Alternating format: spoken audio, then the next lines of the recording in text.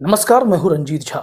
झारखंड में मचे सियासी उथल पुथल और हेमंत सोरेन के केस को लेकर एक और बड़ा खुलासा हुआ है।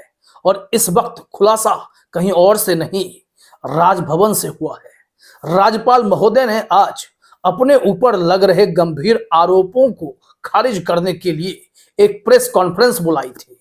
और इस दौरान उन्होंने जिन बातों की जानकारी मीडिया के सामने रखी है, उससे यह साफ हो जाता है कि हेमंत सोरेन की ईडी के द्वारा की गई गिरफ्तारी का एक ही मकसद था कि कैसे झारखंड में सरकार अस्थिर कर दी जाए, कैसे हेमंत सोरेन की सरकार गिरे, उन्हें इस्तीफा देने के लिए मजबूर भी किया जाए और फिर जो नई सरकार बने वो बहुमत सिद्ध कर नहीं पाए।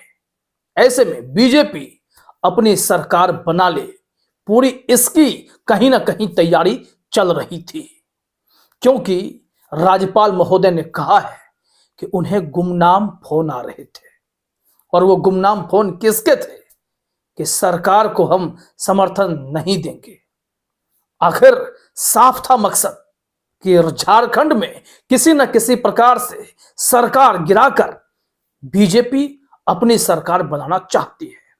और इसी आशंका में महागठबंधन के विधायकों के लिए सुरक्षित ठिकाने भी तलाशे जा रहे थे। क्या जानकारी आई है राजभवन से, जरा देखिए अपने स्क्रीन पर। यहां लिखा गया है कि गवर्नर ने नई सरकार गठन में विलंब के संबंध में कहा कि हेमंत सोरेन के त्यागपत्र देने के बाद उनके पास 2 गुमनाम फोन आए। इनमें कहा गया कि वे सरकार को अपना समर्थन नहीं देंगे। पूरे घटनाक्रम के कारण असाधारण स्थिति सामने थी। उन्होंने कानून के जानकारों से राय ली। राय मिलते ही उन्होंने 1 फरवरी की रात 11 बजे चंपई सोरेन को राजभवन बुलाया। लेकिन उनके साथ कांग्रेस के एक विधायक भी राजभवन पहुंचे। चंपई सोरेन ने कहा कि वे 2 फरवरी को शपथ लेना चाहते हैं। इसके बाद उन्हें सीएम के रूप में 2 फरवरी को शपथ दिलाई गई और 10 दिनों के अंदर बहुमत साबित करने के लिए कहा गया।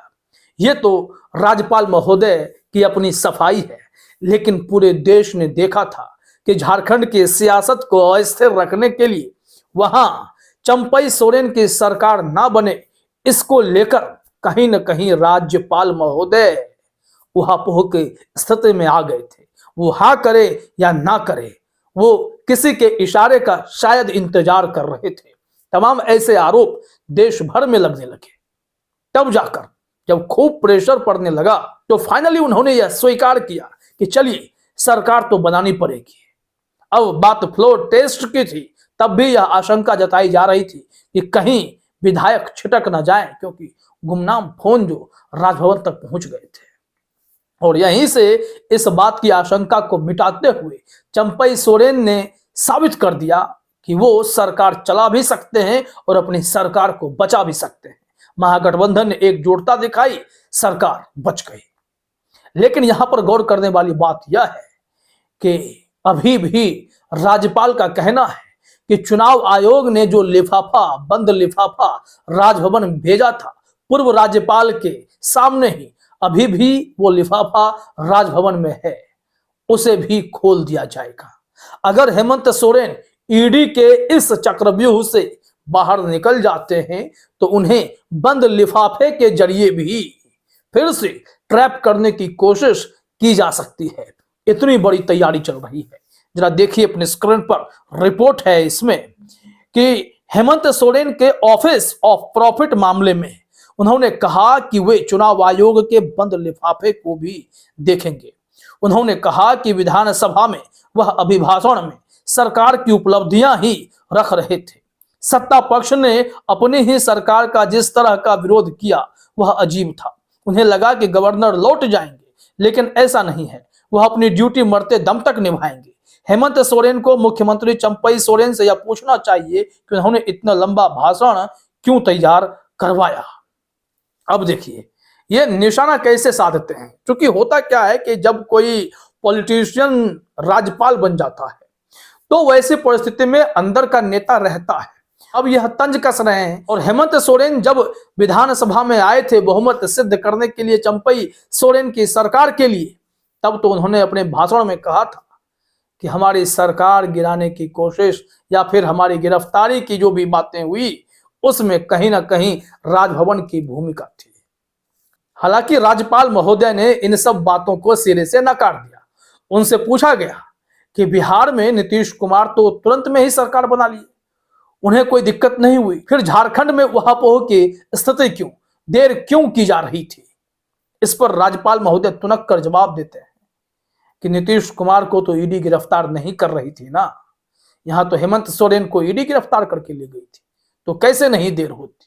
लेकिन साहब, जब हेमंत सोरेन ने अपना इस्तीफा सौंप दिया, जब सीएमओ से ये सारी बातें वहां क्लियर हो गई थी, हेमंत सोरेन के अलावा बाद में जब चंपई सोरेन भी वहां थे और विधायक भी राजभवन के बाहर खड़े हो गए कि हम सब तैयार हैं, आप हमें सरकार बनाने का न्योता दीजिए, तो फिर इस पर विचार करने की क्या जरूरत थी, किस तरीके का विचार करना था, यह समझ से परे था। जब इतनी बड़ी संख्या में पूरे विधायकों की टोली वहां मौजूद हो तो सरकार बनाने का न्योता देने में आपको वक्त लग सकता है, या जानते हुए कि जो विपक्ष है उसके पास बहुमत है ही नहीं। तो फिर यहां पर नीतीश कुमार का हवाला दिया गया था। जरा देखिए अपने स्क्रीन पर क्या कहा जा रहा है कि बिहार में 4 घंटे में नई सरकार बनने तथा झारखंड में देरी के आरोपों पर राज्यपाल ने कहा कि बिहार में नीतीश कुमार को ईडी ने हिरासत में नहीं लिया था, न ही नीतीश कुमार 2 दिनों से गायब थे, इसलिए वहां के राज्यपाल ने उन्हें तुरंत मुख्यमंत्री पद की शपथ दिला दी। झारखंड की परिस्थितियां असाधारण थीं। कहा कि अगर लोग राजनीतिक लाभ लेने के लिए कुछ करना चाहते हैं तो इसमें वह क्या कर सकते हैं, जरा गौर कीजिए। हेमंत सोरेन 2 दिनों से गायब थे, यह टिप्पणी एक राज्यपाल महोदय कर रहे हैं। लेकिन हेमंत सोरेन क्या वाकई में गायब थे? वो दिल्ली गए थे, दिल्ली से झारखंड लौटे, झारखंड लौटे तो वहीं सीएमओ से मेल भी गया था कि आप अगले दिन आइए हमसे मुलाकात करने के लिए, अब आप हमें गिरफ्तार करना चाहते हैं तो गिरफ्तार कीजिए। और जब ऐसे क्लियरेंस के साथ सारे कदम आगे बढ़ रहे थे तो राज्यपाल महोदय कह रहे हैं कि ईडी ने हिरासत में तो नहीं लिया था, 2 दिनों से नीतीश कुमार गायब तो नहीं थे। मतलब तुलनात्मक जो दृष्टिकोण है इसमें भी एक राजनीतिकरण दिखाई पड़ती है। राज्यपाल महोदय जो भी बातें कह रहे हैं वो तंज कस रहे हैं, लेकिन उन्हें भी अच्छे से पता है कि उनके ये तर्क फिट नहीं बैठते हैं, क्योंकि सरकार इस्तीफे के बाद हेमंत सोरेन की तो नहीं बन रही थी ना, चंपई सोरेन की सरकार बन रही थी, विधायकों का साथ भी प्राप्त था। इन सब के बावजूद देरी के क्या मायने थे, विधायकों को तोड़े जाने का खेल होना था। और ऐसे में अरविंद केजरीवाल का वो बयान काफी इंपॉर्टेंट है कि हेमंत सोरेन के इस्तीफे के बाद भी अगर झारखंड में झामुमो की सरकार बन गई तो यह बहुत बड़ी बात है, नहीं तो विधायकों को तोड़ लिया जाता। हेमंत सोरेन साहब को जेल में डाला, उसके बाद 48 घंटे तक ये लोग तोड़ने की कोशिश करते रहे, जेएमएम को तोड़ देते हैं। ये तो भगवान का भला और जेएमएम वालों का महान है, जेएमएम वाले जो टूटे नहीं इनके सामने। तो ये अब ये किसी भी को भी पकड़ के जेल में डाल देंगे, उसकी सरकार तोड़ देंगे और फिर अपनी सरकार बना लेंगे। ये क्या चल रहा है इस देश में? समझिए यह खेल कितना बड़ा होता है कि कैसे ताकतवर पार्टियां छोटी पार्टियों को एकदम से कच्चा चबा जाने के लिए किसी भी हद तक चली जाती हैं।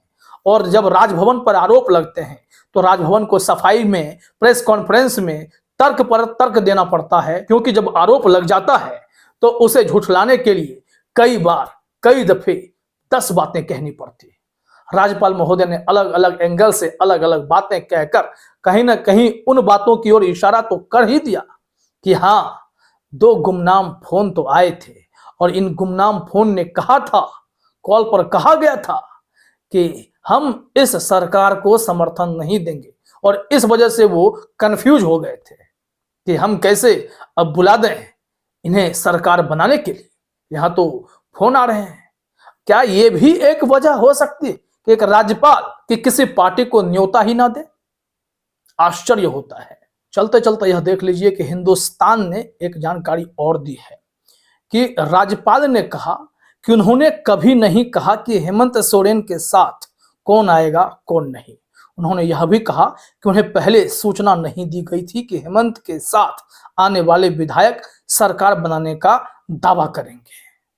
अब अगर आपके पास कोई पहली बार आकर ही दावा करेंगे, जब दावा करेंगे तो आप समय देंगे, लेकिन यहां पर हेमंत सोरेन का इस्तीफा और नई सरकार का दावा पेश करना साथ साथ इसलिए भी हो रहा था क्योंकि झारखंड में इस बात का सबसे बड़ा डर था कि कहीं विधायकों के साथ कोई खेल ना हो जाए, विधायकों को तोड़ने की कोशिश ना हो जाए, ऑपरेशन लोटस ना चलाया जाए।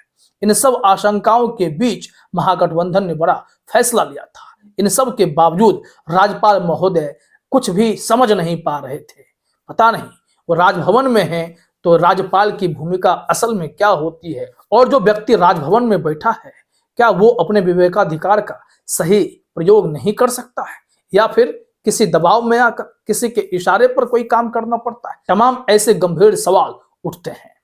हेमंत सोरेन केस में लगातार नए अपडेट मिल रहे हैं कि ईडी को व्हाट्सएप चैट मिल रहा है।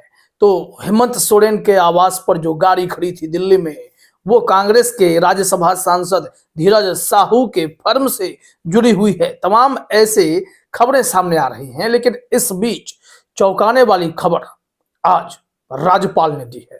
राज्यपाल महोदय अपनी सफाई में यह भी कहते नजर आए कि जब हेमंत सोरेन आए थे तो उनके साथ 2-3 लोग और खड़े थे बगल में। हम उन्हें नहीं पहचानते हैं, हम तो ईडी के अधिकारियों को भी नहीं पहचानते हैं, और अभी भी सामने आ जाए तो हम नहीं पहचानेंगे। ये राजभवन के तरफ से पूरी सफाई थी, लेकिन इसमें जो मूल बात यही है कि पूरी कोशिश यही थी कि सरकार गिरे और सरकार को समर्थन फिर ना मिले, ताकि विपक्ष को मौका मिल जाए हॉर्स ट्रेडिंग के जरिए, ऑपरेशन लोटस के जरिए कि वो झारखंड में अपनी सरकार बना लें। लेकिन हेमंत सोरेन अपनी तैयारी पूरी कर चुके थे, इसलिए उन्होंने तुरंत इस्तीफा दिया, तुरंत वहां महागठबंधन ने सरकार बनाने का दावा पेश किया। लेकिन राज्यपाल महोदय इसमें ऊहापोह की स्थिति में आ गए और सरकार बनाने में देर करने लगे। फिलहाल इस वीडियो में इतना ही। आप सभी का हमसे जुड़ने के लिए बहुत बहुत धन्यवाद।